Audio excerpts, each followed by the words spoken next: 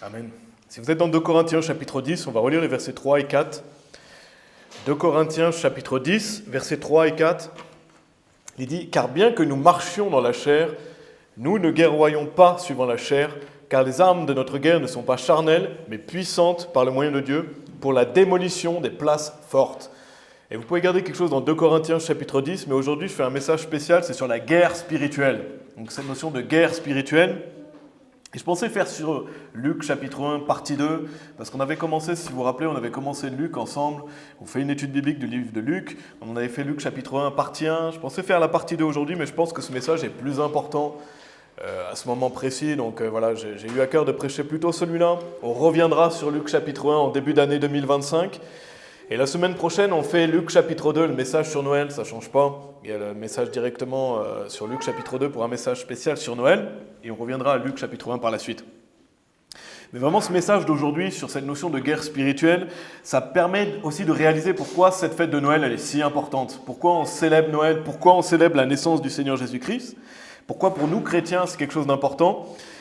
Et bien sûr, le message la semaine prochaine est plus directement lié à Noël, parce que vraiment on va dans Luc chapitre 2, on regarde la naissance du Seigneur Jésus-Christ. Mais ce message d'aujourd'hui, il permet de saisir encore plus pourquoi la naissance du Seigneur Jésus-Christ, elle est importante.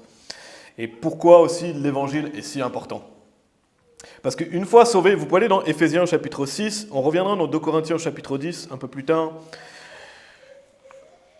Mais je vais vous relire les versets, mais allez dans Éphésiens chapitre 6 en attendant. Mais une fois qu'on est sauvé, on est soldat du Seigneur Jésus-Christ, n'est-ce pas? Une fois qu'on est sauvé, on est dans une guerre spirituelle. Donc on se bat pour prêcher son nom, on se bat pour prêcher sa parole, n'est-ce pas? Donc c'est ça qu'on doit faire en tant que soldat. Prêcher sa parole, garder sa parole, prêcher son nom. Donc on est dans une bataille, ce qu'on appelle une guerre spirituelle. Et ce n'est pas une guerre charnelle. On a lu, car bien que nous marchions dans la chair, nous ne guerroyons pas suivant la chair. Donc oui, on marche dans un corps physique, on marche dans la chair, n'est-ce pas? On marche dans un monde physique. On a un monde physique qui nous entoure, on voit les choses de nos yeux. C'est évident, mais on n'est pas dans une guerre charnelle. On ne se bat pas physiquement, on se bat spirituellement. C'est pour ça qu'il est dit, car les armes de notre guerre ne sont pas charnelles, mais puissantes par le moyen de Dieu. Donc les armes que Dieu nous a données, n'est-ce pas?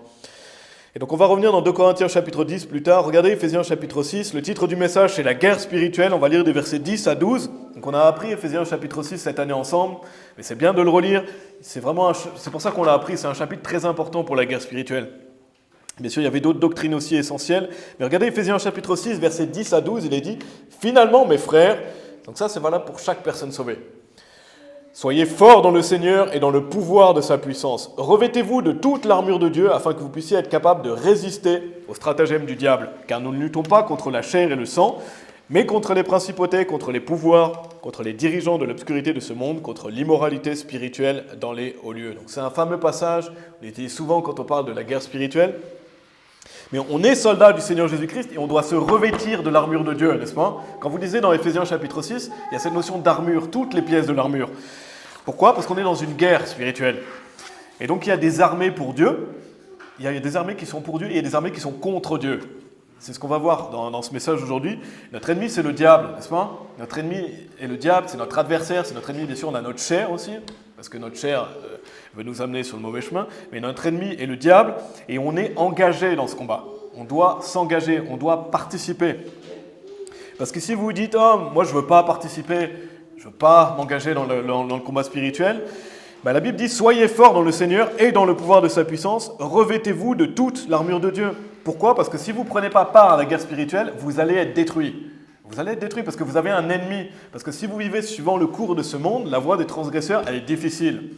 Donc si vous ne vous engagez pas dans le combat, si vous ne revêtez pas l'armure de Dieu, vous êtes en proie au diable. Vous êtes en proie au diable, à ses attaques, vous exposez votre corps au diable, et donc vous vivez suivant le cours de ce monde, donc vous êtes vulnérable au diable. C'est pour ça qu'on doit se revêtir de l'armure de Dieu. C'est pour ça qu'il est dit aussi dans la Bible, comme un lion rugissant en parlant du diable, il marche alentour cherchant qui il pourra dévorer. Donc si vous ne revêtez pas l'armure de Dieu, si vous ne vous engagez pas dans le combat, il va vous dévorer. Le diable va vous détruire. Et donc vous êtes une proie facile. En fait, vous faites vous-même une proie facile. Vous faites vous-même une proie facile et le diable aura plus de chances de vous dévorer. Si vous ne revêtez pas cette armure de Dieu, si vous ne prenez pas part au combat spirituel. Amen. Et quand on parle de combat spirituel, on parle de la vie chrétienne de manière générale, parce que la vie chrétienne est un combat spirituel. Si vous dites, moi, je n'ai pas l'impression d'être dans une guerre spirituelle, si vous venez ici, si vous évangélisez, si vous vivez pour Dieu, vous êtes dans le combat spirituel. Parce que c'est la vie chrétienne. C'est indissociable. Vie chrétienne, combat spirituel. Allez dans Éphésiens chapitre 2, si vous voulez bien. Donc, on est militaire pour le Seigneur Jésus. Et comme dans une armée physique, si vous êtes familier avec l'armée, avec les militaires, il y a une hiérarchie dans l'armée. Il y a une hiérarchie, il y a par exemple un sergent, un capitaine, un colonel. Il y a des rangs dans l'armée, c'est la même chose dans le spirituel. Dans le spirituel aussi, il y a une hiérarchie. Et c'est la première partie aujourd'hui. Première partie de la guerre spirituelle, c'est la hiérarchie dans la guerre spirituelle. Il y a cette notion de rang, il y a cette notion de hiérarchie. Si vous êtes dans Éphésiens chapitre 2, on va lire des versets 1 à 2. Éphésiens chapitre 2, versets 1 à 2. Donc en parlant des personnes sauvées, il est dit « Et vous qui l'a vivifié », donc si vous êtes sauvés, vous avez été vivifiés, « qui étiez morts dans vos infractions et dans vos péchés, dans lesquels autrefois vous avez marché selon le cours de ce monde, selon le prince du pouvoir de l'air, l'esprit qui maintenant agit dans les enfants de la désobéissance. » Gardez quelque chose ici et allez dans Josué chapitre 5, si vous voulez bien. Vraiment dans l'Ancien Testament, Josué chapitre 5. Vous avez les 5 premiers livres, après vous avez le livre de Josué. On va aller dans Josué parce qu'on va déjà parler de la hiérarchie spirituelle du bon côté. Il y a le bon, le côté qui est pour Dieu, et il y a le mauvais côté. C'est simpliste, résumé simplement comme ça, mais il y a un bon côté, il y a un mauvais côté. Il y a le côté de Dieu et il y a le côté contre Dieu. Et donc on va retourner dans Éphésiens chapitre 2, mais aller dans Josué, et déjà bien sûr on sait qui est le chef, n'est-ce pas? C'est Jésus-Christ. Jésus-Christ c'est le chef, c'est le roi des rois, c'est le chef de l'armée de Dieu. Et dans Josué chapitre 5, c'est une fameuse histoire, si vous êtes familier avec la bataille de Jéricho, c'est juste avant la bataille de Jéricho, on voit qu'il y a une apparition du Seigneur Jésus-Christ. Regardez les versets 13 à 15, on ne va pas étudier tout le passage, mais simplement pour voir cette apparition du Seigneur Jésus-Christ, dans Josué chapitre 5, des versets 13 à 15. Il est dit, Josué c'est celui qui a succédé à Moïse, celui qui va leader les enfants d'Israël dans la terre promise, dans la terre promise, et il est dit, verset 13, « Et il arriva lorsque Josué était près de Jéricho, qu'il leva ses yeux et regarda, et voici un homme se tenait debout face à lui, avec son épée nue en sa main. Et Josué alla vers lui et lui dit, « Es-tu pour nous ou pour nos adversaires ?» Et il dit, « Non. Mais en tant que capitaine de l'armée du Seigneur, suis-je maintenant venu ?» Et Josué tomba sur son visage contre terre et adora et lui dit, « Que dit mon Seigneur à son serviteur ?» Et le capitaine de l'armée du Seigneur dit à Josué, « Ôte ta chaussure de ton pied, car le lieu sur lequel tu te tiens est saint. » Et Josué fit ainsi. Donc juste avant cette fameuse bataille de Jéricho, que vous pouvez lire par la suite si vous voulez la relire, ici, on voit une apparition du Seigneur Jésus-Christ. Ce n'est pas un simple homme, ce n'est pas un simple ange qui vient à Josué. Il dit ici, c'est le capitaine de l'armée du Seigneur. Et il lui dit, ôte ta chaussure de ton pied, car le lieu sur lequel tu te tiens est saint. Pourquoi? Parce qu'il y a Dieu qui est présent, n'est-ce pas? Et donc, ici, on lit quoi? Il est dit qu'il y a un homme se tenait debout face à lui avec son épée nue en sa main. Donc, il est armé. Il est armé et Josué, il lui demande, es-tu pour nous ou pour nos adversaires? Et vraiment cette magnifique réponse, il ne dit pas, non, je suis pour vous, je suis pour vos adversaires. Il dit, non, non, non, mais en tant que capitaine de l'armée du Seigneur, suis-je maintenant venu? Pourquoi il dit non? Non, mais en tant que capitaine. Pourquoi il dit ça? Parce que ce n'est pas un simple homme, c'est Dieu ici. Il ne dit pas, je suis avec vous, je suis contre vous, parce que c'est Dieu, il est au-dessus de ça. Dieu est au-dessus. C'est le Tout-Puissant, donc il est au-dessus d'être juste avec eux. Il est au-dessus d'être juste avec eux parce que c'est lui le capitaine de l'armée. Et c'est nous qui le suivons. Il est le capitaine de l'armée du Seigneur. Pourquoi? Parce que le Seigneur Jésus est le chef. Les amis, le Seigneur Jésus, c'est le chef, le capitaine de l'armée du Seigneur. C'est un Dieu puissant. Et ici, il est avec son épée nue en sa main. Et quand on lui demande, est-ce que tu es pour nous ou pour nos adversaires? Il dit non. Non, mais en tant que capitaine. Pourquoi? Parce qu'il est au-dessus. Il n'est pas un simple homme qui dirait oui, je suis pour vous. Non, il est au-dessus. Donc quand on célèbre la naissance du Seigneur Jésus-Christ, comme on va faire la semaine prochaine, oui, on se réjouit de cette magnifique histoire du Seigneur Jésus, d'un bébé dans une crèche, n'est-ce pas, et tout ce qui va autour. On se réjouit de ça et on va en parler la semaine prochaine. Mais le Seigneur Jésus est éternel. Il existait avant de se manifester dans la chair. Il est éternel, il a toujours existé. Et en venant dans la chair il y a 2000 ans, c'est le capitaine de l'armée du Seigneur qui est venu. Ce n'est pas un simple homme, c'est notre chef, c'est le chef de l'armée du Seigneur. C'est le grand roi, amen. Et c'est ça qu'on célèbre, la naissance du Seigneur Jésus-Christ. Dieu manifesté dans la chair, le chef de l'armée du Seigneur. Et il y a beaucoup de personnes aujourd'hui qui méprisent le Seigneur Jésus, n'est-ce pas?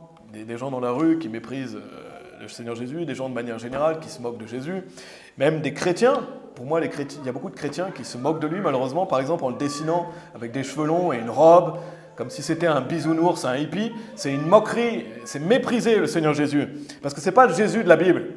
Ce n'est pas le Jésus de la Bible. Le Jésus de la Bible, il est le Tout-Puissant. Ici, on voit qu'est-ce que fait Josué. Et Josué tomba sur son visage contre terre et adora et lui dit « Que dit mon Seigneur à son serviteur ?» Et le capitaine de l'armée du Seigneur dit à Josué « Ôte ta chaussure de ton pied, car le lieu sur lequel tu te tiens est saint. » Et Josué fit ainsi. Donc les gens peuvent se moquer et mépriser le Seigneur Jésus-Christ, mais nous, on veut le glorifier. Il est le chef de l'armée du Seigneur. Donc il y a une hiérarchie. C'est lui notre chef. C'est lui notre chef. Et bien sûr, le Seigneur Jésus est Dieu.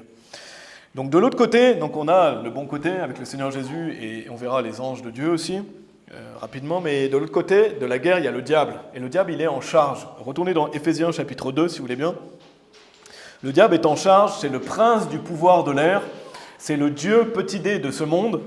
Et on a lu dans Éphésiens chapitre 2, on va relire le verset 2. Mais ça nous parle du diable ici. Donc, quand on n'était pas sauvé, la Bible dit dans lesquels autrefois vous avez marché selon le cours de ce monde, parce que quelqu'un qui n'est pas sauvé, il marche selon le cours de ce monde. Donc, les gens peuvent vous dire, oui, mais moi, j'ai ma liberté, je fais ce que je... Non, il marche selon le cours de ce monde, donc, c'est-à-dire le cours que donne le diable au monde.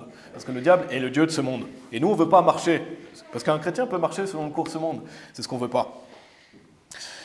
Donc il est dit, selon le prince du pouvoir de l'air, l'esprit qui maintenant agit dans les enfants de la désobéissance. Donc ce prince du pouvoir de l'air, c'est le diable. Il est une mention du fait qu'il est un prince, prince du pouvoir de l'air. Allez dans Matthieu chapitre 9, si vous voulez bien. On a fini avec Éphésiens chapitre 2. Allez dans Matthieu chapitre 9. On va voir deux passages qui nous parlent du diable, juste pour que vous voyez qu'il y a une hiérarchie du côté des démons. Il y a une hiérarchie dans la bataille spirituelle du côté qui est contre Dieu. Regardez dans Matthieu chapitre 9 au verset 34. Il est dit, mais les pharisiens disaient, ils chassent les diables par le prince des diables. Donc en fait, ils accusent le Seigneur Jésus-Christ de chasser les diables par le pouvoir du diable et d'être possédé par un démon. Mais qu'est-ce qu'on apprend ici, c'est ça que je veux souligner, c'est que ici ils disent, ils chassent les diables par le prince des diables. Donc ils disent, ils chassent les diables par le diable. Le prince des diables, c'est le diable. Et donc, qu'est-ce que ça veut dire ? Ça veut dire qu'il y a une chaîne de commandement chez les anges déchus. Il y a une chaîne de commandement, le diable est le chef des anges déchus. Donc, le diable en est le chef, c'est le chef des démons. Allez dans Jude chapitre 1, si vous voulez bien. Donc là, on apprend sur la hiérarchie dans la guerre spirituelle. Le Seigneur Jésus-Christ est le chef de l'armée de Dieu. Et à l'opposé, il y a le diable qui est le chef de l'armée qui est contre Dieu, donc le chef de l'armée des anges déchus. Dans Luc chapitre 11, je vais simplement vous lire le verset 15, il est dit « Mais quelques-uns d'entre eux disaient, ils chassent les diables par Belzébub, le chef des diables. » Ici, Belzébub, ça fait référence au diable, à Baal. C'est Satan lui-même, et donc il est dit qu'il est le chef des diables. Donc le diable est le chef des démons. C'est le chef de l'opposition. C'est un dirigeant, en fait, c'est un leader. C'est celui qui lead les anges déchus. Donc il y a le Seigneur Jésus, d'un côté, qui est le chef pour Dieu, le chef, capitaine de l'armée, et bien sûr, il est Dieu. Et de l'autre côté, il y a une chaîne de commandement aussi du mauvais côté, où le diable en est le chef. Et donc si vous êtes dans Jude chapitre 1, on va lire le verset 9, parce qu'il faut savoir qu'il y a le Seigneur Jésus-Christ, mais il y a aussi une armée angélique qui travaille pour Dieu. Et on en apprend un peu sur Jude chapitre 1, verset 9. Donc il y a une chaîne de commandement aussi chez les bons anges. Regardez Jude chapitre 1, verset 9, il est dit « Cependant, Michel, donc l'archange Michael, Michel l'archange, lorsque luttant avec le diable, lui disputant le corps de Moïse, n'osa pas porter contre lui d'accusation injurieuse, mais il dit « Que le Seigneur te reprenne ». Si vous êtes familier avec cette notion d'archange, un archange, c'est quelqu'un qui est haut placé. Ce n'est pas un simple ange, c'est un archange. C'est quelqu'un qui est au-dessus, c'est comme un leader, mais du côté des anges. Donc, Michael, c'est un leader des anges du côté de Dieu. C'est un archange. Et on voit ici qu'il dispute avec le diable, donc on peut le lire dans ce passage. Allez dans Daniel chapitre 10 maintenant. Aujourd'hui, on va voir beaucoup de passages. C'est une étude biblique et en même temps, il y a des applications qu'on va voir au fur et à mesure. Mais je veux vraiment couvrir ce sujet. Allez dans Daniel chapitre 10, si vous voulez bien. Donc il y aura pas mal de passages où tourner. Mais voilà, on apprend cette hiérarchie aussi du côté de Dieu. On a le Seigneur Jésus-Christ et on a, par exemple, ici l'archange Michael. Regardez ce qu'il est dit dans Daniel chapitre 10 au verset 13. Il est dit « Mais le prince du royaume de Perse m'a résisté 21 jours, mais voici Michael, donc on retrouve l'archange Michael, l'un des chefs des princes est venu m'aider et je suis demeuré là avec les rois de Perse. » Donc c'est un chapitre, Daniel chapitre 10, si vous regardez le contexte, ça parle bien de la guerre spirituelle. Et au verset 13, ici, il est mentionné que Michael, c'est l'un des chefs des princes. Donc c'est un des leaders des anges. Regardez au chapitre 12 maintenant. On était dans le chapitre 10. Allez dans le chapitre 12. Au début du verset 1, il est dit « Et à ce moment-là se lèvera Michael, le grand prince. » Donc on voit l'un des chefs des princes, le grand prince. Donc Michael est un ange, un archange. Il est appelé le grand prince. Allez dans Ézéchiel, maintenant c'est le livre juste avant Daniel. Si vous êtes dans Daniel, vous allez dans Ézéchiel, au chapitre 28. Donc vraiment le livre d'avant Daniel, c'est Ézéchiel. On a Ézéchiel, après on a Daniel. Et on voit ici Michael, l'un des grands chefs des princes, l'un des chefs des princes, le grand prince. Allez dans Ézéchiel chapitre 28. Donc là, on voit cette notion de hiérarchie du côté de Dieu, le Seigneur Jésus-Christ, les anges, dont l'archange Michael. Mais allez dans Ézéchiel 28, il est mention du diable aussi, qui était dans le jardin d'Éden. Regardez ce qu'il est dit au verset 14. Ézéchiel 28, verset 14. Donc en parlant du diable, il est dit « Tu es le chérubin oint qui couvre ». Donc le diable, avant de chuter, il était un chérubin oint qui couvre. Retenez bien ça, le fait de couvrir. Il est dit « Et je t'avais ainsi placé, tu étais sur la sainte montagne de Dieu, tu as marché de long en large au milieu des pierres de feu. » Donc le diable, avant de chuter, il était appelé Lucifer. Quand il était appelé Lucifer, c'était quand il était dans son état d'ange qui servait Dieu. Après, il est appelé Satan, le diable, il est appelé le dragon, mais il n'est plus appelé Lucifer. Et Lucifer, on ne le retrouve qu'une seule fois dans la Bible. Mais il est mention qu'il était le chérubin oint qui couvre. Donc il était haut placé, le diable. Il était haut placé. On ne va pas faire une étude complète sur le diable. Mais ici, notez qu'il est dit qu'il est un chérubin et qui couvrait. Il est dit, tu es le chérubin oint qui couvre. Allez au verset 16. Je crois que c'est la fin du verset 16. Je n'ai pas noté tout le verset, mais regardez ce qu'il est dit. Il est dit, et je vais te détruire, ô chérubin protecteur du milieu des pierres de feu. Donc il est appelé chérubin protecteur, encore une fois. Et je ne sais pas si vous avez déjà écouté, mais le pasteur Jiménez, il a enseigné quelque chose de très intéressant que je voulais partager aujourd'hui. Et c'est juste son opinion. Donc c'est une opinion, mais je partage cette opinion et c'est très plausible et vraiment intéressant. C'est pour ça que je voulais le mentionner sur ce sujet. Mais si vous êtes familier, quand vous allez dans Exode et dans Nombre, il y a cette notion de l'arche du témoignage, cette notion du tabernacle, n'est-ce pas? Vous connaissez cette notion de l'arche du témoignage, le tabernacle.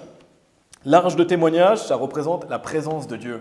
Souvent dans l'Ancien Testament, quand on entend parler de l'arche du témoignage, ça représente la présence de Dieu. Et cette boîte, cette arche, elle avait une décoration, si vous vous souvenez, et il y a 2 chérubins dessus. Il y a 2 chérubins et dont leurs ailes, elles couvrent l'arche. On voit ces 2 chérubins qui se font face, il me semble. Les ailes se touchent, elles couvrent l'arche. Et ça, c'est une représentation du vrai tabernacle qui est dans le ciel. Et donc, au paradis, allez dans Apocalypse chapitre 12. Au paradis, il y a le trône de Dieu, et il y a des chérubins protecteurs qui couvrent le trône, qui sont devant le trône de Dieu. Donc, qu'est-ce qu'on a lu sur Satan? On a lu sur Satan qu'il était un chérubin qui couvrait, n'est-ce pas? Retenez bien, Satan était un chérubin qui couvrait. Sur l'arche de témoignage, il y a les 2 chérubins qui couvraient l'arche. Maintenant, allez dans Apocalypse chapitre 12 et gardez ça en tête. C'est la partie un peu plus difficile, mais suivez-moi, vous allez voir, c'est pas si compliqué. Mais regardez au verset 4. Pour cette notion de hiérarchie, il est dit, Apocalypse chapitre 12, verset 4, il est dit « Et sa queue », donc en parlant de la queue du diable, « entraîna le tiers des étoiles du ciel, et les jeta sur la terre, et le dragon », comment on sait que c'est le diable? Parce que c'est mention du dragon. Le dragon, c'est le diable, c'est Satan. Il est dit « Et le dragon se tenait devant la femme qui était prête à être délivrée pour dévorer son enfant dès qu'il serait né. » Donc ici, il est mention de sa queue. Le diable va amener un tiers des étoiles, et les étoiles ici, ça fait mention des démons, des anges, qui vont devenir des anges de Dieu, qui vont devenir des anges déchus. Donc il va amener le tiers des étoiles du ciel avec lui. Qu'est-ce que ça veut dire? Ça veut dire que le diable va amener un tiers des anges de Dieu avec lui dans sa chute. C'est pour ça qu'on croit qu'il y a un tiers des anges qui sont des démons, des anges déchus. Les 2 autres tiers sont restés pour Dieu. Donc ici, on voit la queue du diable, le dragon, les étoiles font référence aux anges, et il entraîne le tiers des étoiles avec lui. Or, on sait qu'il y a 2 chérubins qui couvraient l'arche de témoignage, n'est-ce pas? Si vous lisez l'Ancien Testament, vous pourrez relire dans Exode, dans Nombre, il y a 2 chérubins, et on sait que Satan était appelé un chérubin avant sa chute. Il était un chérubin. Qu'est-ce que ça veut dire? Et c'est possible, c'est ce que je crois, et j'avais entendu le pasteur Jiménez enseigner là-dessus, et pour moi c'est possible, mais c'est une opinion, mais je pense qu'avant il y avait 3 chérubins, en fait.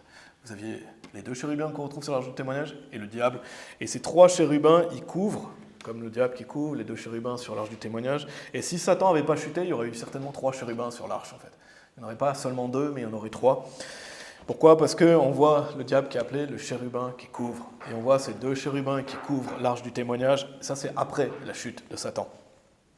Donc ça amènerait à penser qu'il y a 3 archanges, en fait. Parce que je ne sais pas si vous savez, mais la Bible mentionne que l'archange Gabriel, l'archange Michael, il n'y a pas d'autre mention d'archange. Et certainement, le diable est un archange aussi avant sa chute. Et pourquoi? Parce que arc, en plus, cette notion de arc, préfixe, arc, je ne sais pas si vous savez ce que ça veut dire, pardon. Ça signifie une structure symétrique incurvée, donc ça signifie couvrir en fait. L'arc, ça couvre. Et donc c'est intéressant parce que c'est la forme que les ailes des chérubins faisaient sur l'arche du témoignage. Donc cette notion d'arc qui couvre l'arche du témoignage. Donc possiblement, il y avait certainement 3 archanges au début. Un a chuté, qui est le diable, il a amené le tiers de ses anges avec lui, et 2 sont restés à servir Dieu. Et qu'est-ce qui fait aussi sens par rapport à ça? C'est que Satan a amené le tiers des anges avec lui. Donc quand on voit qu'il a amené le tiers des anges sous son commandement, ça veut dire qu'il y a certainement 2 archanges qui ont un autre tiers et un autre tiers. Et donc ils sont sous son commandement. Donc le chef des anges déchus, c'est le diable, certainement, qui est appelé le chérubin protecteur, qui est appelé le chérubin qui couvrait. Maintenant, il n'y a que certainement 2 chérubins qui couvrent. Et je pense que les 2 autres archanges feraient sens que ce soit Michael, c'est quasiment sûr que c'en soit un, parce que la Bible le dit, et Gabriel, qu'on connaît à travers la Bible, mais ça c'est une supposition. Mais on voit quoi à travers ça? Pourquoi je mentionne ça aujourd'hui? C'est parce qu'on voit qu'il y a une hiérarchie. On voit qu'il y a une hiérarchie, le diable a amené le tiers des anges avec lui, et on voit qu'il y a une bataille spirituelle. Donc retournez, non, vous êtes déjà dans Apocalypse chapitre 12, ça c'était la première partie, c'était la hiérarchie dans la guerre spirituelle. Donc il y a une hiérarchie.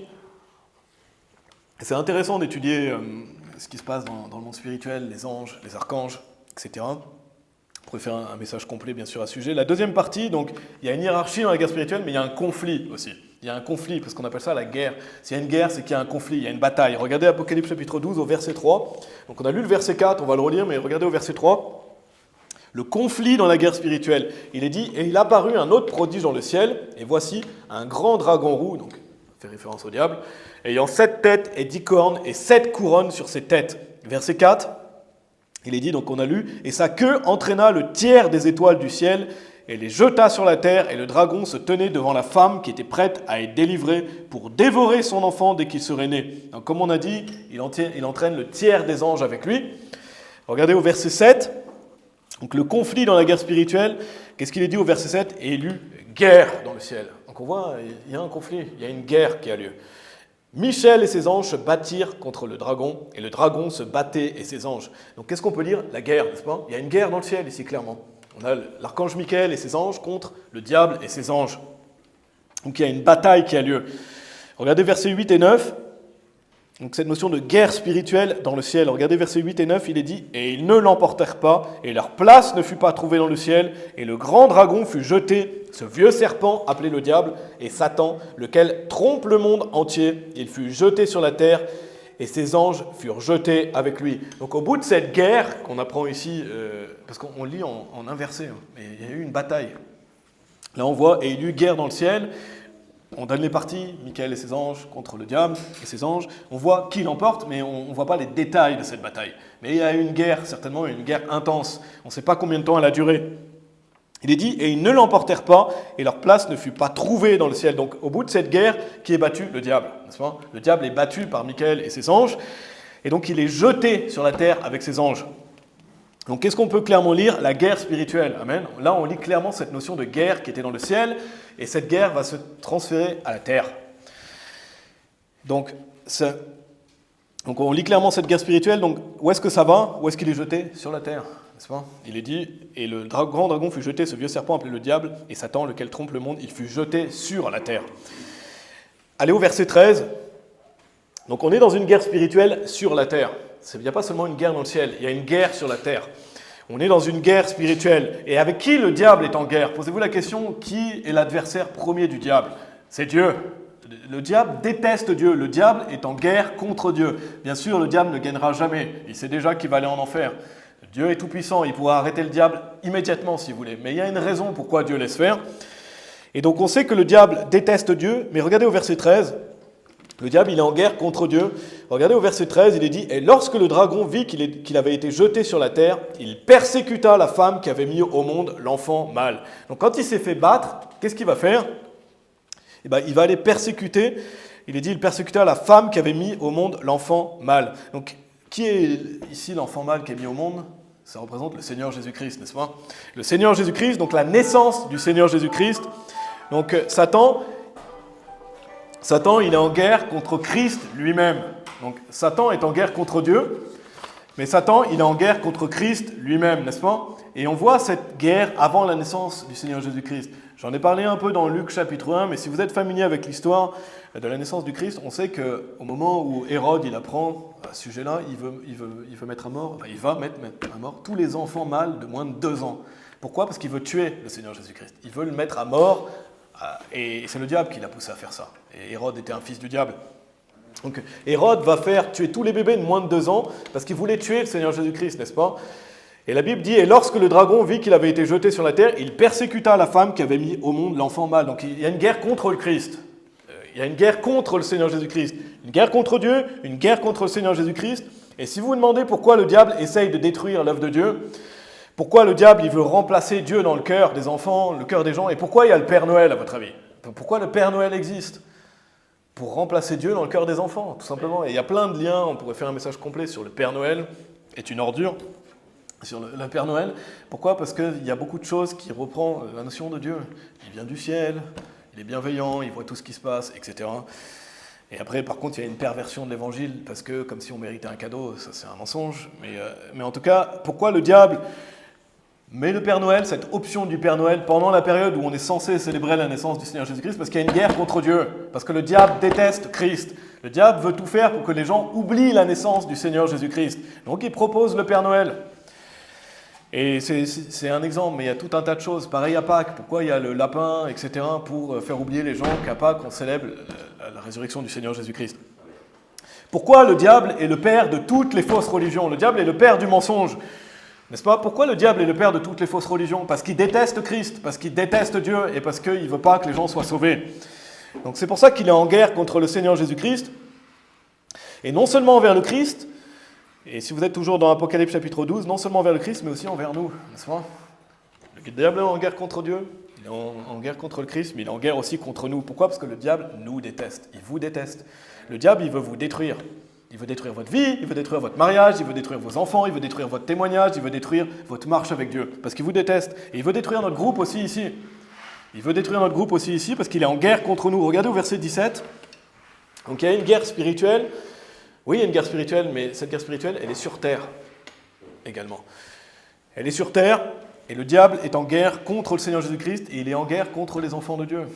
Parce que nous, on représente le Seigneur Jésus-Christ ici. Regardez au verset 17, il est dit « Le dragon fut irrité contre la femme, et il s'en alla faire la guerre contre le reste de sa semence. Ceux qui gardent les commandements de Dieu et ont le témoignage de Jésus-Christ. » Qui est le reste de sa semence? C'est les croyants. C'est les gens qui ont cru au Seigneur Jésus-Christ. Quand on est sauvé, on est enfant de Dieu. On est enfant de Dieu, on a reçu le témoignage. Ici, il est dit, ceux qui gardent les commandements de Dieu et ont le témoignage. Qui a le témoignage de Jésus-Christ? Les gens qui sont sauvés. Les enfants de Dieu. Donc le diable, il nous déteste, n'est-ce pas? On est en guerre, lui, il veut vous détruire. Si vous dites, moi, mais j'ai pas envie de combattre, il va vous détruire, parce que vous devez combattre spirituellement. Il n'y a pas de neutralité. Il est en guerre contre nous aujourd'hui. Regardez, je vais vous lire 1 Pierre chapitre 5 au verset 8, il est dit « Soyez sobres, soyez vigilants, parce que votre adversaire, le diable, chaque personne sauvée, il est votre adversaire.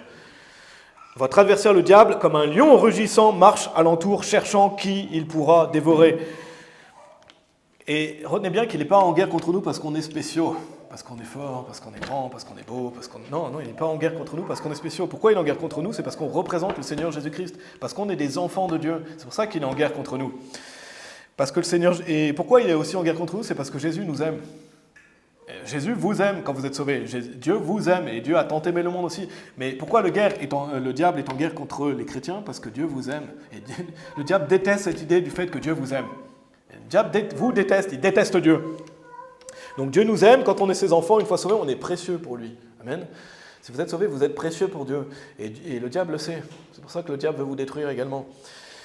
Le diable, c'est une chose, c'est que quand vous prenez le mauvais chemin, quand vous arrêtez de servir Dieu, quand vous décidez d'aller dans des péchés présomptueux, quand vous décidez d'arrêter de servir Dieu, le diable sait que ça va faire mal à Dieu. Pourquoi? Parce que Dieu se soucie de vous, Dieu vous aime. Et donc le diable, pour faire mal à Dieu, il attaque les chrétiens. Et non seulement aussi parce qu'il veut que les gens aillent en enfer avec lui, parce qu'il déteste Dieu, mais aussi parce que Dieu vous aime et il vous déteste. Donc le diable veut que le plus grand nombre de personnes aillent en enfer avec lui, mais si vous le laissez faire, ça fait mal à Dieu. Ça fait mal à Dieu parce que Dieu se soucie de vous. Allez dans Genèse chapitre 3, si vous voulez bien. Genèse chapitre 3, donc au début de Bible. Qu'est-ce que veut le diable? Donc, en vous attaquant, il veut vous rendre inutile dans la guerre spirituelle. Il veut vous rendre inefficace. Il veut vous rendre selon le cours. Il ne veut pas que vous combattiez pour Dieu. Il veut que vous alliez selon le cours de ce monde. Regardez dans Genèse chapitre 3, au verset 15. On ne va pas l'étudier, mais il est dit « Et je mettrai l'inimité entre toi et la femme, et entre ta semence et sa semence.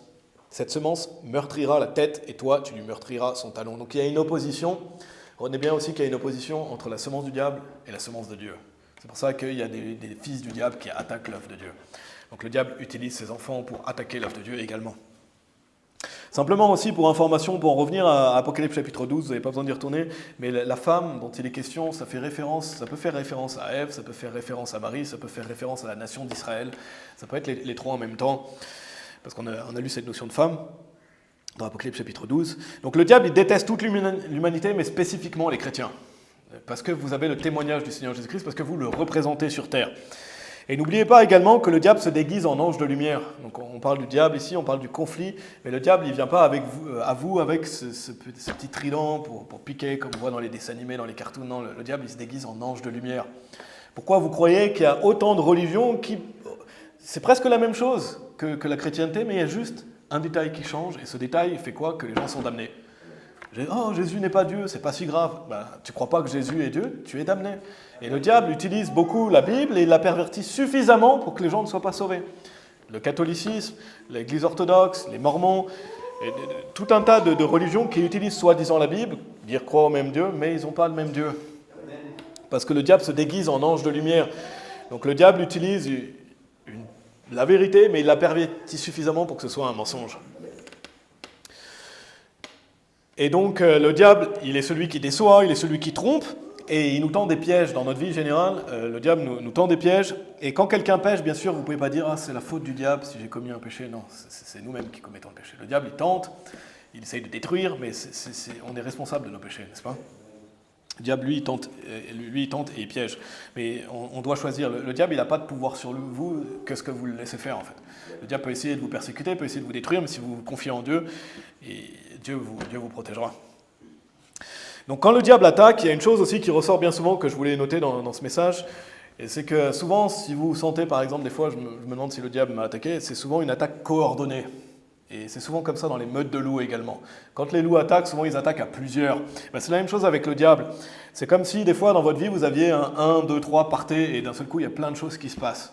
Je ne sais pas si vous êtes familier avec l'histoire de Job, mais quand vous lisez l'histoire de Job, quand le diable va tenter Dieu, et Dieu va le laisser faire, qu'est-ce qui se passe? Il y a des serviteurs, ils arrivent et ils annoncent une mauvaise nouvelle à Job. Après, il y a d'autres serviteurs qui arrivent, ils annoncent une autre mauvaise nouvelle à Job. C'est comme s'il y avait tout ce qui se déchaînait en même temps. C'est une attaque coordonnée parce que c'est le diable qui est derrière. Et c'est comme si vous avez cette 1, 2, 3, partez, et là, il y a plein de choses qui vont en même temps. C'est comme si c'était préparé. Je ne sais pas si vous avez déjà ressenti ça dans votre vie, si vous avez déjà vécu une attaque du diable, mais c'est comme si ça avait été préparé d'avance. Vous vous dites, mais comment c'est possible qu'il y ait ça en même temps, ça en même temps, ça en même temps? C'est possiblement une attaque du diable. C'est plusieurs choses en même temps, c'est peut-être plusieurs angles, plusieurs personnes. Peut-être, voilà, on a déjà eu des mauvaises personnes dans notre groupe. Si on a de nouveau des attaques, vous voyez une attaque là, une attaque là, une attaque là, c'est qu'il y a une coordination, c'est qu'il y a le diable derrière. Ça ne peut pas être un hasard. Comme Job, comme j'ai dit. Quand Job est attaqué, il y a ça qui arrive, il y a ça qui arrive, il y a ça qui arrive, et beaucoup de choses qui arrivent en même temps. Donc on ne doit pas être ignorant de ces stratagèmes. On ne doit pas être ignorant des stratagèmes du diable, et attention de ne pas lui laisser place. Parce qu'on est dans un conflit, attention de ne pas laisser place au diable, attention de ne pas alimenter de l'amertume dans votre vie, attention de ne pas alimenter de la colère dans votre vie, attention de ne pas alimenter cette amertume, cette colère, l'orgueil aussi, attention de ne pas laisser des portes ouvertes au diable dans vos vies. L'envie également. Et de même ici à Tourfort-Baptiste, on doit être vigilant et on sait qu'on est dans une guerre spirituelle. Amen. Donc allez dans 2 Rois chapitre 6 si vous voulez bien. Donc ça c'était la deuxième partie. Qu'est-ce qu'on a vu? On a vu la hiérarchie dans la guerre spirituelle. Il y a une hiérarchie du côté de Dieu, une hiérarchie contre Dieu. On a vu cette notion de conflit. Donc il y a une guerre contre le Christ, il y a une guerre contre la semence du Seigneur Jésus-Christ, donc contre les chrétiens. On n'étudie pas les stratagèmes du diable, mais le diable, il est là pour tenter, il est là pour piéger, il veut nous détruire. Et on peut voir des fois l'attaque du diable quand elle est coordonnée et quand on voit qu'il y a quelque chose qui a été préparé. Donc la troisième partie, si vous êtes dans 2 Rois chapitre 6, c'est les royaumes. Dans la guerre spirituelle, on va particulièrement parler du monde physique et du monde spirituel. Donc là, il y a aussi des applications qu'on va voir dans cette partie. Mais qu'est-ce qu'il faut savoir? Et je pense que vous le savez, mais c'est bien de se le rappeler, le monde spirituel et le monde physique, ils coexistent, ils se passent en même temps. Il n'y a pas de séparation, à part bien sûr le paradis qui est au ciel, l'enfer qui est en bas, mais le monde spirituel et physique, ils coexistent. Ça veut dire qu'on vit et parmi nous, il y a des démons dans le monde invisible. C'est pour ça qu'on parle de possession des fois. Quelqu'un qui est possédé. Il a son corps physique, mais il y a un démon à l'intérieur. Il y a une coexistence entre le monde spirituel, et on ne parle pas de coexiste, toutes les religions sont les mêmes. Ce mot coexister, on parle de vivre en même temps. Je ne sais pas si vous connaissez ce logo coexiste, mais c'est un logo malfaisant que comment ça s'appelle l'œcuménisme utilise exactement. Donc on existe les uns parmi les autres. Donc le monde visible et invisible existent en même temps. Ça veut dire que le monde spirituel, c'est un monde invisible, mais il existe parmi nous, n'est-ce pas? Il existe parmi nous. Et si vous êtes dans 2 Rois chapitre 6, mais je vais vous donner par exemple l'exemple dans Daniel. Mais dans Daniel, quand vous lisez le roi de Perse, il est mention du roi de Perse, mais il est mention aussi du démon qui le contrôle. Pourquoi? Parce qu'il y a un démon derrière le roi de Perse. Donc souvent, derrière les dirigeants, et la plupart malheureusement des dirigeants sont malfaisants, il y a un démon au-dessus. Derrière Hitler, il y avait un démon. Souvent, ils sont même possédés. Donc il y a un démon derrière qui dirige et contrôle les dirigeants. Si vous vous demandez pourquoi le monde va si mal, pourquoi il y a des pervers, il y a des réprouvés qui sont... Parce qu'il y a des démons derrière, parce que le diable est le dieu de ce monde. Donc on a l'exemple dans Daniel, mais c'est la même chose dans le monde moderne, parce que le diable est le dieu de ce monde avec un petit d. Donc si vous êtes dans 2 Rois chapitre 6, on va en apprendre sur le monde spirituel, cette coexistence entre le monde spirituel et le monde physique. 2 Rois chapitre 6, des versets 15 à 17. Donc c'est une fameuse histoire, ici avec Élisée, qui va ouvrir les yeux de son serviteur. Il est dit « Et lorsque le serviteur de l'homme de Dieu se leva de bonne heure et sortit, voici une armée encerclait la ville avec des chevaux et des chariots. Et son serviteur lui dit « Hélas, mon maître, comment ferons-nous » Et il répondit « N'aie pas peur, car ceux qui sont avec nous sont en plus grand nombre que ceux qui sont avec eux. » Et Élisée pria et dit « Seigneur, je te prie, ouvre ses yeux, afin qu'il puisse voir. » Et le Seigneur ouvrit les yeux du jeune homme, et il vit, et voici la montagne était pleine de chevaux et de chariots de feu autour d'Élisée. Ici, on voit le serviteur, quand il réalise qu'il y a une armée avec des chevaux, des chariots qui encerclent. Et imaginez ça, mettez-vous à sa place juste quelques secondes, imaginez, vous vous levez, vous voyez une armée qui vous encercle, et ils sont seulement 2 hommes ici, qu'on sache, Élisée et son serviteur, mais il y a des chevaux et des chariots, et soyons honnêtes, on serait effrayés, n'est-ce pas? Qui peut dire « Ah non, moi, tout irait bien pour moi, j'aurais pas peur ». Oui, si on marche par l'esprit, si on se confie à Dieu, et c'est ce qu'on veut faire sur le coup, mais sur le coup, on a de quoi être effrayé, n'est-ce pas? Si vous êtes encerclé par une armée de chevaux, de chariots, il y a de quoi avoir peur, parce que je ne sais pas si vous savez ce que c'est que les chariots, mais c'est des engins de guerre. Et un chariot, ça peut être plutôt impressionnant, il y avait certainement plusieurs hommes dessus, il y avait des chevaux, même les chevaux aussi, c'est quand même des animaux qui sont assez impressionnants, mais imaginez-vous encerclé par des chariots, par des chevaux. Et les chevaux, c'est des animaux vigoureux, ils pourraient vous piétiner. Donc c'est assez effrayant cette situation. Imaginez notre groupe, imaginez-vous 2 secondes notre groupe ici encerclé de ça, encerclé de chariots, encerclé de chevaux, prêts à détruire, parce que ce n'étaient pas des hommes qui allaient manger un repas avec eux et qui allaient faire une balade en cheval. C'était pas ça, là. C'était des gens qui étaient prêts à les détruire, c'était des hommes sanguinaires, prêts à tuer, prêts à détruire. Donc le serviteur, il voyait cette armée physique, n'est-ce pas? Il le voyait de ses yeux, il voyait cette armée physique ici dans cette situation. Mais en même temps, dans le même lieu, qu'est-ce qu'il y avait? Regardez, il est dit, et voici la montagne était pleine de chevaux et de chariots de feu autour d'Élisée. Donc il y avait des chariots et des chevaux qui étaient invisibles. Le serviteur ne les voyait pas. Mais Élisée va prier, il va dire au Seigneur, ouvre ses yeux, et il va les voir miraculeusement, parce que Dieu va lui ouvrir les yeux. Et donc c'est intéressant, aussi en plus dans ce passage, parce qu'il y a les chevaux et chariots physiques. Donc on voit les chevaux, les chariots. Il y a ceux qu'on voit avec nos yeux, qu'on pourrait voir s'il y avait une armée qui camperait contre nous, mais il y a aussi les spirituels. Il est dit les chevaux et les chariots. Donc c'est intéressant parce que Dieu nous donne ce détail de chevaux et chariots physiques, chevaux et chariots spirituels. Quelle est la différence? La Bible ajoute de feu. Et il est dit chevaux et chariots de feu. Les autres, ils ne sont pas de feu. C'est des chevaux et chariots physiques. Donc qu'est-ce que ça sous-entend, le fait qu'ils sont de feu? Ça sous-entend qu'ils sont plus puissants, n'est-ce pas? Si vous avez un chariot et des chevaux de feu, ça sous-entend qu'ils sont plus puissants que des physiques. Ils pourraient brûler ceux qui sont physiques. Donc imaginez des chariots de feu qui étaient sur ces chariots, certainement des anges. C'est ce que je suppose, il y avait des anges sur ces chariots. Et c'est bien plus fort que des êtres humains, amen. Bien plus fort que des êtres humains, c'est des chariots et des chevaux de feu que Dieu envoie pour protéger ses serviteurs. Et donc, si vous dites oui, mais c'est Élisée, c'est l'Ancien Testament, on pourrait se dire c'est une histoire de l'Ancien Testament, c'est pas valable aujourd'hui, c'est pas part du monde dans lequel on vit aussi aujourd'hui. Allez dans Hébreux chapitre 1, parce que si c'est toujours le cas aujourd'hui, c'est toujours le cas. C'est pas simplement Élisée, c'est pas simplement son serviteur, mais c'est Dieu qui protège ceux qui le servent. Et donc, c'est part du monde dans lequel on vit aujourd'hui. En attendant que vous allez dans Hébreux chapitre 1, je vais vous lire 2 versets. Psaume 34, verset 7, il est dit « L'ange du Seigneur campe autour de ceux qui le craignent et les délivre. » Et si vous êtes familier, Psaume 91, verset 11, « Car il donnera charge de toi à ses anges pour te garder dans tous tes chemins. » Et donc, qu'est-ce qu'on voit ici ? On voit que quand on sert Dieu, quand on marche avec Dieu, on est part de cette bataille spirituelle, Dieu nous protège par des anges, n'est-ce pas ?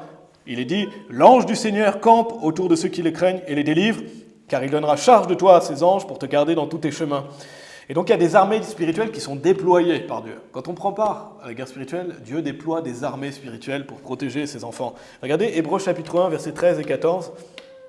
Il est dit, « Mais auquel des anges a-t-il déjà dit, assieds-toi à ma main droite jusqu'à ce que j'ai fait de tes ennemis ton marchepied ?»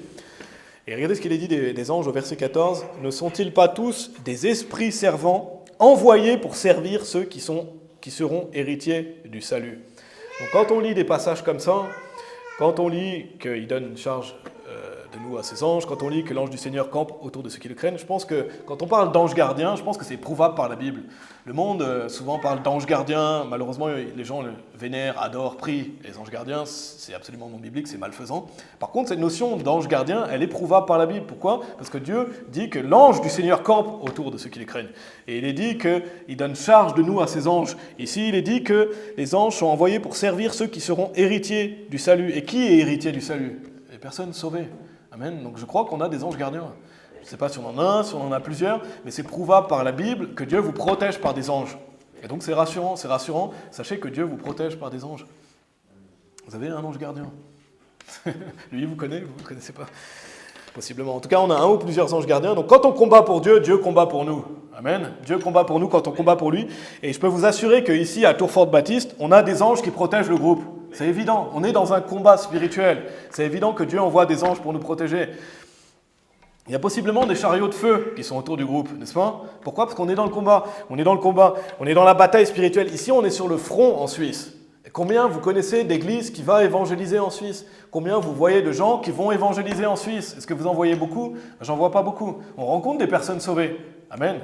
Mais est-ce que vous voyez beaucoup de gens sauvés aller évangéliser ? Des fois, on rencontre des gens qui peut-être donnent des brochures, parlent comme ça dans leurs propres mots, mais est-ce que vous voyez des gens, est-ce que vous avez déjà vu quelqu'un Bible en main prêcher l'évangile à quelqu'un ici en Suisse ? Ça n'arrive pas souvent, n'est-ce pas ? À moins que vous ayez vu quelqu'un de notre groupe, mais ça n'arrive pas souvent. Donc je peux vous assurer, sachant ça, que Dieu protège notre groupe. Dieu protège notre groupe. Dieu protège notre groupe par des anges, par des chariots de feu, parce qu'ici on est dans le combat spirituel. Et ce n'est pas que pour Élisée, ce n'est pas que pour son serviteur dans l'Ancien Testament, c'est toujours valable aujourd'hui.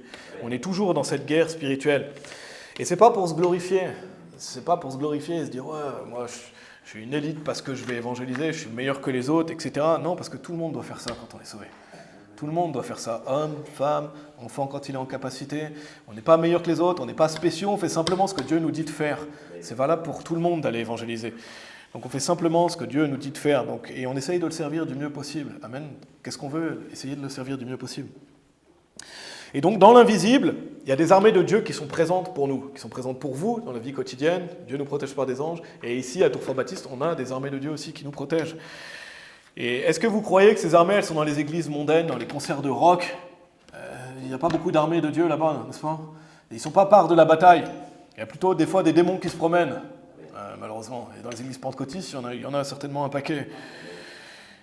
Et si vous vous dites pourquoi aussi il y a des personnes qui s'infiltrent ici, pourquoi il y a des personnes qui s'infiltrent dans notre groupe, pourquoi il y a des personnes qui tentent de s'infiltrer ici, parce qu'on a de l'opposition, parce qu'on est dans une guerre spirituelle. Donc ne soyez pas étonnés quand ça arrive. Ne soyez pas étonnés quand quelqu'un est écarté du groupe, qui est prouvé être quelqu'un de pervers, parce qu'on est dans une bataille spirituelle. Et Dieu nous protège, il nous protège par des anges, il nous protège par des chariots de feu, mais on a de l'opposition. Allez dans Genèse chapitre 28, si vous voulez bien. Genèse chapitre 28. Je vous donne un exemple. Pourquoi, plusieurs fois, à des temps différents, pourquoi il y a eu un monsieur, si vous vous souvenez bien de ce monsieur qu'on a vu plusieurs fois Pourquoi il y a un monsieur qui a pris de son temps plusieurs fois pour crier sur nous ou crier sur les gens pour pas qu'ils écoutent l'évangile? Pourquoi ce monsieur prend de son temps pour faire ça? Parce qu'on est dans une bataille spirituelle. C'est pour ça qu'il est là. C'est pourquoi il y a des gens qui essayent d'interrompre des présentations de l'évangile. Pourquoi il y a des gens bizarres, des fois, qui viennent vous parler, vous ne savez pas pourquoi, et qui disent n'importe quoi, et après ils partent. Parce qu'on est dans une bataille spirituelle. Parce que le monde spirituel et le monde physique, ils coexistent. Ils coexistent, et c'est ce qu'on va développer maintenant. Parce qu'on est dans une bataille spirituelle. Donc l'invisible et le visible coexistent. Et parfois, ce n'est pas juste ça, ce n'est pas juste coexister, mais il y a une intersection des deux. Regardez, en parlant de Jacob, dans Genèse chapitre 28, on va lire le verset 12. Parfois, il y a une intersection entre le spirituel et le physique. Dans Genèse chapitre 28, il est dit au verset 12, « Et il rêva, donc en parlant de Jacob, et voici une échelle était dressée sur la terre, et son sommet atteignait le ciel, et voici les anges de Dieu montaient et descendaient sur elle. » Donc ici, à cette place, on voit que Jacob, il a un songe, il voit une échelle, et il voit les anges de Dieu qui montent et qui descendent. Donc qu'est-ce qu'on voit ici dans cette histoire? On voit que le monde spirituel se croise avec le monde physique. Ils étaient en train de monter et descendre sur cette échelle dans le monde physique. Regardez un peu plus loin au verset 16 et 17, toujours en parlant de Jacob. Il est dit, « Et Jacob se réveilla de son sommeil, et il dit, « Assurément, le Seigneur est en ce lieu, et je ne le savais pas. » Et il fut effrayé et dit, « Combien ce lieu est effroyable, ce ne peut être que la maison de Dieu, et c'est ici le portail du ciel. » Donc on voit ici, à ce moment précis, que le monde spirituel et le monde physique coexistent, et dans certains lieux, comme celui-ci, ces deux mondes, ils se croisent. On voit ici que les anges de Dieu montent et descendent sur cette échelle. Et c'est intéressant parce qu'il est dit, et c'est ici le portail du ciel. Donc sous-entendu, le portail, c'est la porte. Et ça parle de quoi? Ce ne peut être que la maison de Dieu. Et c'est ici le portail du ciel. Donc en parlant de la maison de Dieu, n'est-ce pas? Et quelle est la maison de Dieu aujourd'hui? Je pense que vous savez, la maison de Dieu, c'est l'Église. C'est l'Église. Donc une vraie Église, c'est une place où le monde physique et le monde spirituel s'entrecroisent. C'est ce que montre ici. Il est dit, ce ne peut être que la maison de Dieu, et c'est ici le portail du ciel. Et bien sûr, on ne parle pas du bâtiment, on ne parle pas du casin. Quand on parle d'une église, ce n'est pas le bâtiment, c'est la congrégation des croyants. C'est quand on se réunit dans une place. Quand des personnes sauvées se réunissent ensemble. Et donc dans le passage ici avec Jacob, Jacob réalise la présence de Dieu. Il réalise l'œuvre de Dieu, parce qu'on voit des anges qui montent, qui sont à l'œuvre, ils montent, ils descendent, donc il y a une œuvre qui a lieu, donc il y a la présence de Dieu, mais il y a aussi l'œuvre de Dieu. Donc il y a quelque chose de spécial dans ce lieu, quelque chose de spirituel spécial à ce lieu. Et il est dit, assurément le Seigneur est en ce lieu, et je ne le savais pas. Donc comment on peut l'appliquer à nous aujourd'hui? Mes amis, réalisez que Dieu est dans ce lieu. À partir du moment où on se réunit ensemble, et notre groupe est une extension de l'église Strong Tower. Donc on n'est pas une église en nous-mêmes, on est un groupe, mais quand on se réunit comme une extension de l'église Strong Tower. Donc quand on vient ici, on vient à Strong Tower, n'est-ce pas? Donc on vient à Strong Tower, donc on vient à la maison de Dieu. Même si notre groupe n'est pas une église, on est une extension de Strong Tower. Et c'est pour ça qu'on est béni d'être une extension d'une église. Donc, quand vous venez ici, ne soyez pas distraits par les soucis de cette vie. Bien sûr, on a des soucis dans nos vies personnelles, on a des difficultés, mais ne venez pas ici en étant distraits par les soucis de cette vie, l'amour de l'argent, l'amour du monde, alors que le Seigneur, il est dans cette place. Il est dans cette place parce qu'on est une extension de Strong Tower et parce qu'il est dit, ce ne peut être que la maison de Dieu et c'est ici le portail du ciel. Donc quand vous venez ici, réalisez que vous venez dans la présence de Dieu. Ce n'est pas simplement venir et checker, ouais, je suis allé dans le groupe, je suis allé évangéliser. Non, il y a quelque chose de spécial dans un lieu où l'œuvre de Dieu a lieu. Et il ne faut pas se dire comme Jacob. Qu'est-ce qu'il se dit, Jacob? Assurément, le Seigneur est en ce lieu et je ne le savais pas. Ne venez pas ici en vous disant, je ne savais pas qu'il y avait Dieu. Quand vous venez ici, vous venez pour glorifier Dieu, vous venez pour adorer Dieu, vous venez pour écouter sa parole. Donc, notre vie, elle n'est pas juste à propos de nous, n'est-ce pas? Ce n'est pas juste à propos de nous et de ce monde physique. Il y a une bataille spirituelle qui a lieu. Et il est dit combien ce lieu est effroyable. Et combien ce lieu est effroyable. C'est quelque chose qu'on prend au sérieux. Jacob prenait ça au sérieux quand il le voit. Si vous le voyez de vos yeux physiques, il y a plusieurs personnes qui se disent « Oula, je ne savais pas qu'il y avait Dieu ici. » Mais Dieu est dans ce lieu, n'est-ce pas? Combien ce lieu est effroyable, ce ne peut être que la maison de Dieu, et c'est ici le portail du ciel. C'est quelque chose qu'on doit toujours se rappeler. Toujours se rappeler. Et donc on doit s'examiner, et quand on vient ici, on doit réaliser que la maison de Dieu, c'est le portail du ciel. Amen. C'est le portail du ciel. La parole de Dieu est prêchée. La parole de Dieu est prêchée. On chante des hymnes à Dieu, on prie à Dieu. C'est un portail du ciel. Donc on doit garder ça à l'esprit. Et on doit faire de la maison de Dieu un lieu saint. Amen. Il doit faire de la maison de Dieu un lieu saint. Donc c'est une place spéciale et on doit vouloir venir ici pour être avec Dieu, pour le glorifier et pour le servir. Vous pouvez aller dans Apocalypse chapitre 4 si vous voulez bien. Même chose quand on évangélise. C'est la même chose quand on évangélise. Quand vous ouvrez la Bible pour expliquer le salut à quelqu'un, quand vous ouvrez la Bible pour prêcher le Seigneur Jésus-Christ, Jésus c'est la porte du ciel. Vous prêchez la porte du ciel. C'est comme s'il y avait une porte et vous dites aux gens, vous pouvez y aller. Quiconque le veut, qu'il prenne de l'eau de vie gratuitement. Jésus est la porte. En prêchant l'évangile, vous permettez à des gens de rentrer par cette porte, ce portail du ciel. Et c'est comment? C'est en ouvrant la Bible et en prêchant l'évangile. Donc n'oubliez pas ça aussi, quand vous prêchez l'évangile, vous prêchez la porte du ciel. Et si vous ne le faites pas, les gens ne peuvent pas être sauvés. C'est à nous de prêcher cette porte. Comme nous, on a pu rentrer dedans, on veut que les gens y rentrent. On a vu, et Jacob se réveilla de son sommeil, et il dit, « Assurément, le Seigneur est en ce lieu, et je ne le savais pas. » Et il fut effrayé et dit, « Combien ce lieu est effroyable, ce ne peut être que la maison de Dieu, et c'est ici le portail du ciel. » Donc toujours garder ça à la pensée. On doit toujours garder ça à la pensée. Un autre exemple, si vous êtes dans Apocalypse chapitre 4, donc on va voir un autre exemple de cette intersection entre le spirituel et le physique. On a vu dans Genèse 28, dans l'Ancien Testament. Maintenant, on va voir dans le Nouveau Testament. Donc il y a des moments spéciaux ou des lieux spéciaux où il y a cette intersection entre le monde physique et le monde spirituel, parce qu'ils coexistent toujours, mais il y a des moments spéciaux comme cela. Regardez dans Apocalypse chapitre 4 au verset 1. Donc Jean nous dit, « Après cela, je regardais, et voici, il est dit, une porte était ouverte dans le ciel. Et la première voix que j'entendis était comme celle d'une trompette parlant avec moi qui disait, « Monte ici, et je te montrerai ces choses qui doivent arriver à l'avenir. » Donc on voit que la Bible nous dit qu'il y a une porte qui était ouverte, n'est-ce pas? Pourquoi Jean est capable de voir tout ça? Parce que Dieu a ouvert une porte et lui a permis de voir des choses spirituelles. Parce qu'on ne peut pas voir le monde spirituel en ce moment, n'est-ce pas? Vous avez beau ouvrir vos yeux tant que vous voulez, vous avez beau mettre des lunettes, vous ne verrez pas le monde spirituel. Vous verrez le monde spirituel que si Dieu le permet. Et ici, il a permis à Jean, il a ouvert cette porte et il lui a permis de voir.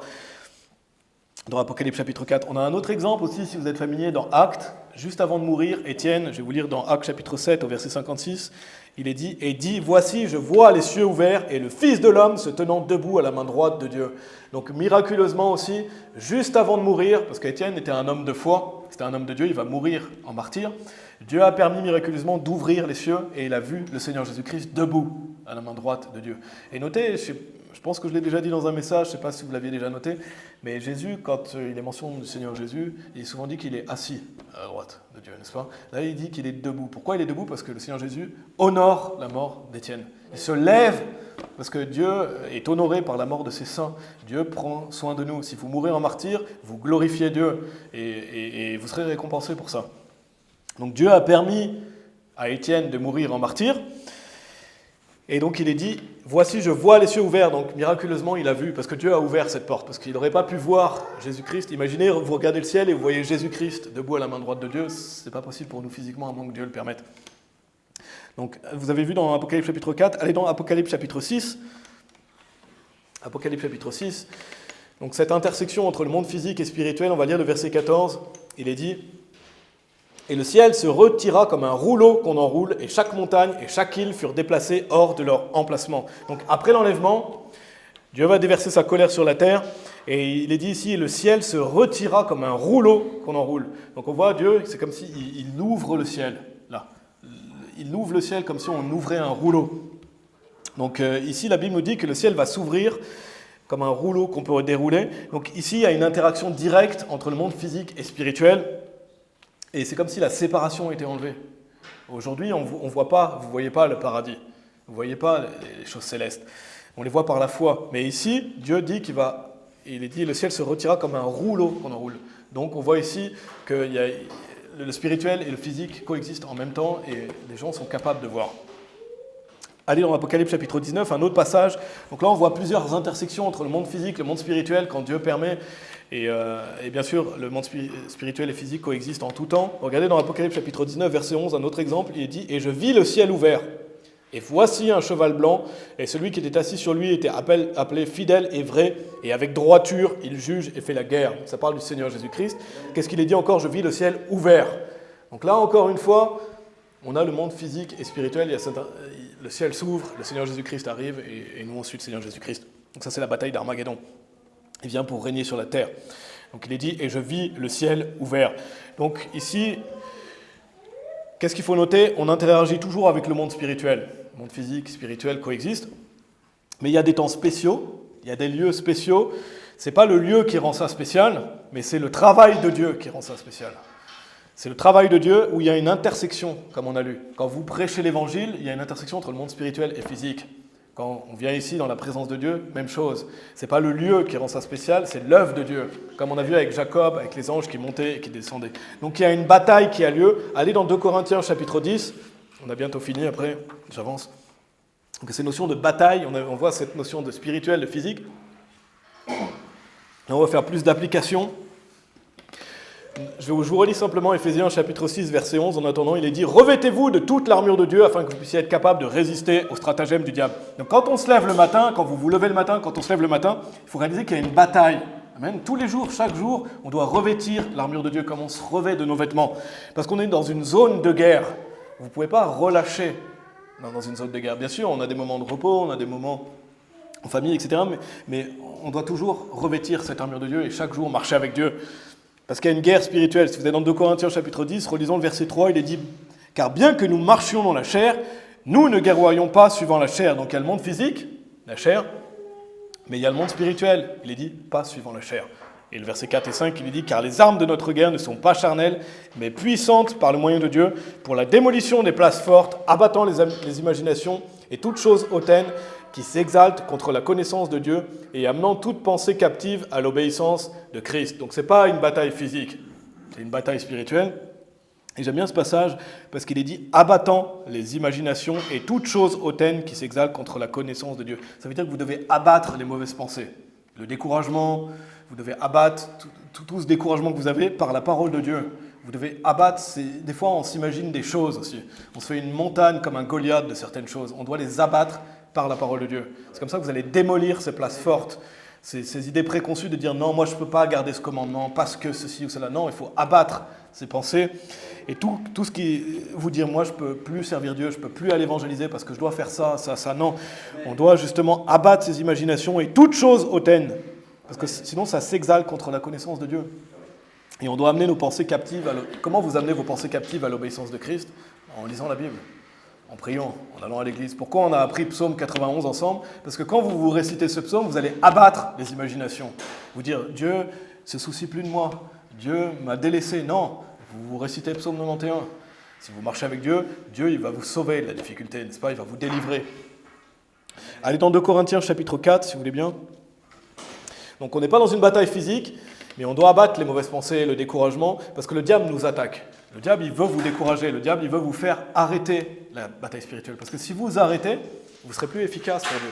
Vous ne serez plus efficace, et c'est ce qu'il veut. Il veut vous faire peur, il veut que vous abandonniez, parce que le diable, il sait que vous allez aller au paradis. Les faux prophètes, qui sont des enfants du diable, vont vous dire que quand on est sauvé, on peut perdre son salut. Mais même le diable lui-même sait très bien que quelqu'un qui est sauvé, il ne peut pas perdre son salut. Et le diable, il le sait que vous ne pouvez pas perdre votre salut. Il sait que vous allez au paradis, donc il n'essaye pas de vous faire perdre votre salut. Il sait que vous ne pouvez pas le perdre. Il sait que vous êtes enfant de Dieu. Et c'est pour ça qu'il vous déteste, parce que Dieu vous aimera toujours. Vous êtes sauvés pour toujours. Tout ce qu'il peut faire, c'est vous faire arrêter la bataille.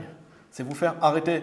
Et vous mettre dans une zone où vous vous exposez au diable, où vous vous exposez à être détruit, vous vous exposez à vous détruire, que vous soyez plus efficace, que vous marchiez par la chair, parce qu'il veut causer aux chrétiens de ne pas être engagés. Regardez dans 2 Corinthiens chapitre 4, c'est le dernier passage où on va aller, après j'en lirai simplement. 2 Corinthiens chapitre 4, versets 3 à 4, il est dit « Mais si notre évangile est caché, il est caché à ceux qui sont perdus, en lesquels le Dieu de ce monde, le Dieu de ce monde avec un petit dé, c'est le diable, a aveuglé les intelligences de ceux qui ne croient pas, de peur que la lumière du glorieux évangile de Christ, qui est l'image de Dieu, ne brille jusqu'à eux. » Donc le diable, le Dieu de ce monde, il travaille activement à aveugler les gens. Il travaille activement à ça. C'est pour ça qu'il est père du mensonge, qu'il y a autant de fausses religions, qu'il y a autant de perversions. Parce que quel est l'aboutissement final de la guerre spirituelle? Si vous dites pourquoi je ne prends part à une guerre spirituelle, quel est l'aboutissement final? C'est l'âme éternelle des êtres humains. N'est-ce pas? Pourquoi on se bat? Pour sauver des âmes. Pourquoi on se bat? Pour que les gens viennent à l'église, pour que les gens apprennent sur la Bible, que les gens grandissent, pour qu'ils soient plus aptes à gagner des âmes et qu'ils continuent à le faire. Pourquoi on s'exhorte? Pourquoi on s'encourage? Pour continuer à faire l'œuvre. Pourquoi on est ici? Pour aller prêcher l'évangile. Dans Actes chapitre 26 au verset 18, il est dit « Pour ouvrir leurs yeux et de les tourner de l'obscurité à la lumière et du pouvoir de Satan vers Dieu, afin qu'ils puissent recevoir le pardon des péchés et un héritage parmi ceux qui sont sanctifiés par la foi qui est en moi. » Et ça, c'est l'objectif de prêcher l'évangile, n'est-ce pas? Ouvrir leurs yeux. Parce que leurs yeux, on a vu, le Dieu de ce monde a aveuglé les intelligences. Donc il veut aveugler les gens. Et nous, on est là pour ouvrir leurs yeux par l'évangile. Comment on ouvre les yeux des gens? En prêchant l'évangile. Et donc, on va gagner des âmes, on veut que les gens nous rejoignent, on veut que les gens vivent la vie chrétienne, parce qu'on veut que les gens soient agréables à Dieu, qu'ils portent du fruit, qu'ils deviennent meilleurs, pour aller gagner des âmes, n'est-ce pas? Et tout tourne autour de ça. Et bien sûr, si vous êtes nouveau dans le groupe, si quelqu'un est nouveau dans le groupe, prenez le temps, venez, apprenez. Rien que le fait que vous veniez, ça encourage les autres. Le fait de venir encourage quelqu'un qui va gagner des âmes. Et les gens peuvent prendre leur temps, les gens viennent peut-être depuis plus ou moins longtemps, mais l'objectif, c'est d'essayer de venir évangéliser, en prenant son temps, dépendant des gens. Mais rien que le fait de venir, ça encourage les autres. Ça encourage les gens qui vont gagner des âmes.